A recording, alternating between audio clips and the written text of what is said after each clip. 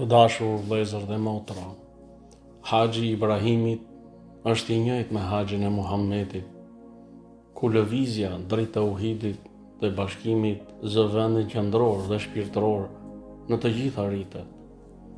Shtëpia e Zotit Kabeja është qendra e vendosjes së tauhidit, manifestimi dhe simboli i tij. Haxhi është pranvera e shpirtit dhe e zemrës, sezoni i gjelbrimit të jetës monoteiste në zemrën e çdo muslimani që ka arritur në vendin e nisjes për në Haxh.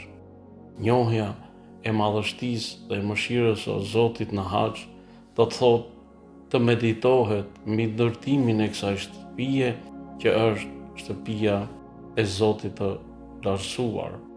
Haxhi është manifestimi i ummetit islam dhe shkolla e sjelljes e moralit që ky ummet i madh duhet të ndjekë për të arritur lumturinë e tij.